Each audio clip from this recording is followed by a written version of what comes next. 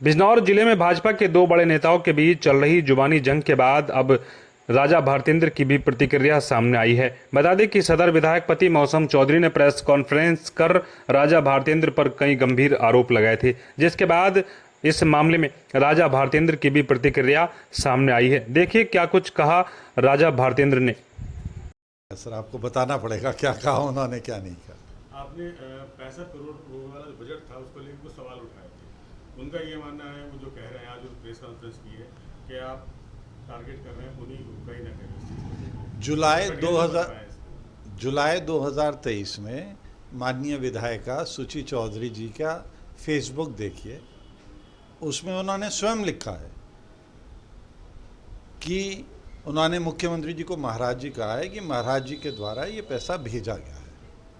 और उसमें उन्होंने जो पहला पॉइंट है उनकी फेसबुक में वो है कि रावली का जो बांध है, एफ्लक्स बांध जो है बैराज का, उसका रख रखाव के लिए पैसा आया है। जैसे आप जानते हैं वो बांध बिल्कुल कटने वाला था, भगवान की कृपा से ही बचे हैं। मैं बहुत बहुत बधाई देना चाहूँगा प्रशासन को और सारे विभाग और उन गांव वासियों को जिन्होंने दिन रात मिलकर, उन गरीब बेचारे बंगालियों ने जिन्होंने दिन रात एक करके और इसे रोक दिया, गंगा जी को रोक दिया।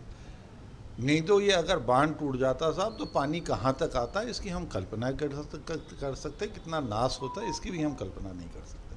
तो इस वजह से ये प्रश्न उठाना कि आखिरकार सरकार के द्वारा, मुख्यमंत्री के द्वारा चिंता जताई गई थी, उन्होंने ये पैसा भेजा था। उन्होंने तो अभी कुछ दिन पहले ये भी आदेश दिए हैं कि इनकी निगरानी की जाए। जितने भी डैम हैं हमारे, जितने भी बांध हैं हमारे, इनकी निगरानी रखी जाए, कहीं ये कहीं टूट ना जाए। तो मुख्यमंत्री और सरकार सचेत है। प्रश्न ये है कि जो मुख्यमंत्री के आदेशों का क्रियान्वयन कर रहे हैं ज़मीन पर, ज़िले में, उन्होंने ये कार्य क्यों नहीं किया? बाढ़ नियंत्रण विभाग ने ये कार्य अभी तक क्यों नहीं किया? बैराज के जो रख रखाव का कार्य कर रहे हैं, ये उन्होंने कार्य क्यों नहीं किया? ये प्रश्न उनका है, मैंने तो किसी का नाम नहीं लिया। ये प्रश्न उनका है। कहाँ से हमें सूचना मिल रही है? माननीय विधायिका खुद अपनी फेसबुक पे लिख रही हैं। तो ये सवाल जवाब माननीय विधायिका दें, माननीय विधायिका दें ना ये सवाल जवाब। हमारे ज़िले के इस समय सबसे सीनियर विधायक अशोक राणा जी हैं। आप सब पत्रकार लोग हैं, बड़े सचेत हैं, सब राजनीति जानते हैं, समझते हैं। अब मैं आप सबसे एक चैलेंज से सवाल पूछता हूं और आप जवाब नहीं दे पाएंगे। अशोक राणा जी की पत्नी का नाम बताइए। 89 में विधायक बन गए थे, अशोक राणा जी की पत्नी का नाम क्या है? ये फैमिली की कोई दुकान या कारोबार नहीं है सर।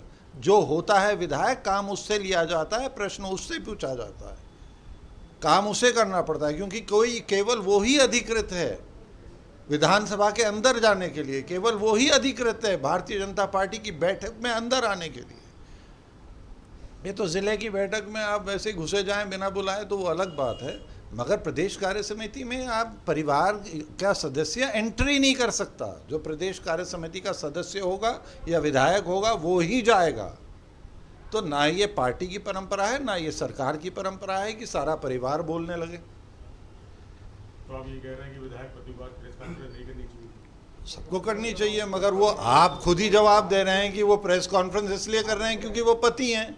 तो ये पतियों का कब से इसमें कब से परिवार का जोड़ हो गया, हमें तो समझ में नहीं आया। यानी कि उनकी आज की पीसी करना जो है पार्टी का संविधान उसके विपरीत है। निश्चित रूप से परंपरा के और नियमों के मैंने तो कभी नहीं देखा सर कि प्रदेश अध्यक्ष की पत्नी आ रही हैं या प्रदेश अध्यक्ष के पुत्र आ रहे हैं बैठक में। आज बड़े गंभीर आरोप भी लगाए, बहुत अच्छा गंभीर आरोप लगाए। दूसरी बात उन्होंने ये भी कहा, आपके जो आपके सपोर्टर हैं, कुछ सोशल मीडिया पर कुछ कमेंटबाजी हुई होगी कि अपनी सुरक्षा बढ़ा लें, सचेत रहें, इस तरह की बात आपकी जानकारी में आई है या नहीं? पहली बात तो ये है सर कि मेरा कोई सपोर्टर नहीं है।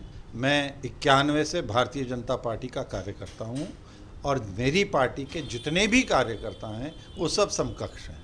कुछ समय के लिए पार्टी हमें सिर्फ व्यवस्था चलाने के लिए कोई पद दे देती है। मैं भाग्यशाली हूँ सर, मैं एमपी बना, मंत्री बना, एमएलए बना, बार बार ये पद मुझे मिले। जब नहीं होते तो हम सब समकक्ष कार्यकर्ता हैं। हम में से कोई बड़ा नहीं है, कोई छोटा नहीं है। कुछ दिनों के लिए सिर्फ व्यवस्था के लिए हमें बड़ा मान लिया जाता है, केवल व्यवस्था चलाने के लिए। तो क्या आप सुरक्षा मेरा बढ़ाओगे? कोई कार्यकर्ता नहीं है सर। हम सब भारतीय जनता पार्टी के कार्यकर्ता हैं, और केवल भारतीय जनता पार्टी के कार्यकर्ताओं को नहीं, ये तो हर बिजनौर के वोटर को, हर ज़िले के वोटर को, हर प्रदेश के निवासी को ये हक है कि वो पूछे कि ये 65 करोड़ रुपया जो माननीय मुख्यमंत्री जी ने यहाँ के गरीब किसानों के लिए भेजा था, उनकी भूमि कट रही है, उनकी कृषि भूमि कट रही है, उनके घर बह जाते हैं, उनके गांव बह जाते हैं कट कट के, ये क्यों नहीं लगा? कार्य के नाम पर हमें दिखाया जा रहा है एक प्लास्टिक की चद्दर, वो फट चुकी है, 1 साल पहले लगी थी, अभी फट गई है। उसे कह रहे हैं ये जियो ट्यूब है। साहब कुछ ही नाम दे दीजिए, वो फटी क्यों 1 साल में? जो 20 साल पहले मेरे टाइम पे ठोकर लगाई गई थी, जिसे इंग्लिश में कहते हैं बोल्डर स्टड, वो आज भी खड़े हुए हैं। वैसे बोल्डर स्टड क्यों नहीं लगे? 1 करोड़ रुपए में भी अगर एक स्टड लग जाता, 65 करोड़ से 65 स्टड अगर लग जाते तो इस जिले में कभी कटान ना होता। सिंचाई विभाग से आपने पूछा था इस बारे में? मैं तो प्रश्न पूछ रहा हूँ, जवाब मेरे ख्याल से आपकी बात बिल्कुल सही है कि जवाब तो सिंचाई विभाग को देना है। ये बेचारे बीच में ये क्यों उलझ गए? क्या बात है? कोई दाल में काला है क्या सर? आप ही बताएंगे। मैं क्यों बताऊं सर? मैं तो प्रश्न पूछ रहा हूं। मैं आपसे बिल्कुल सहमत हूं। उत्तर तो सिंचाई विभाग भी नहीं, सिंचाई विभाग के बाढ़ खंड द्वारा आना चाहिए था।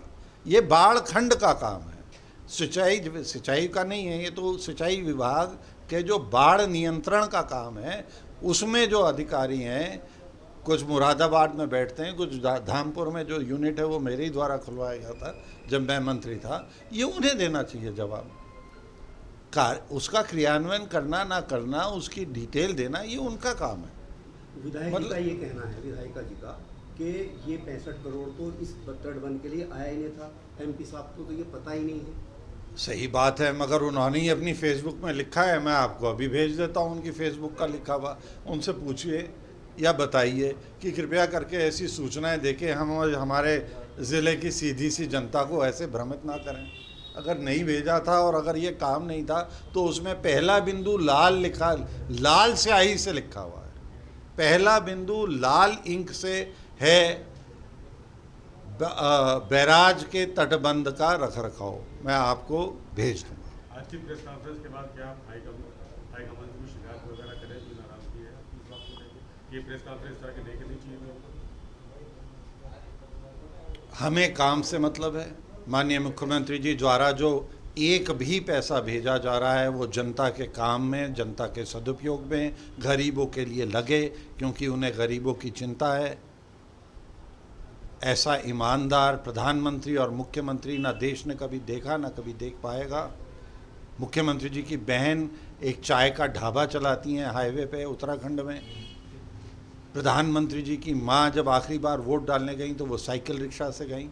ऐसे ईमानदार प्रधानमंत्री और ऐसे ईमानदार मुख्यमंत्री का काम, उनका दिया हुआ पैसा यहाँ ज़मीन पर ना पहुँच पाए, तो ये हम सब भारतीय जनता पार्टी के मतदाताओं की, वोटरों की और सारी जनता की जिम्मेदारी है कि हम इस पे शासन की और सरकार की नज़र डलवाएं। मैं निश्चित रूप से जांच की मांग ऊपर तक करूंगा और मुझे पूरा विश्वास है इस काम में जांच होगी।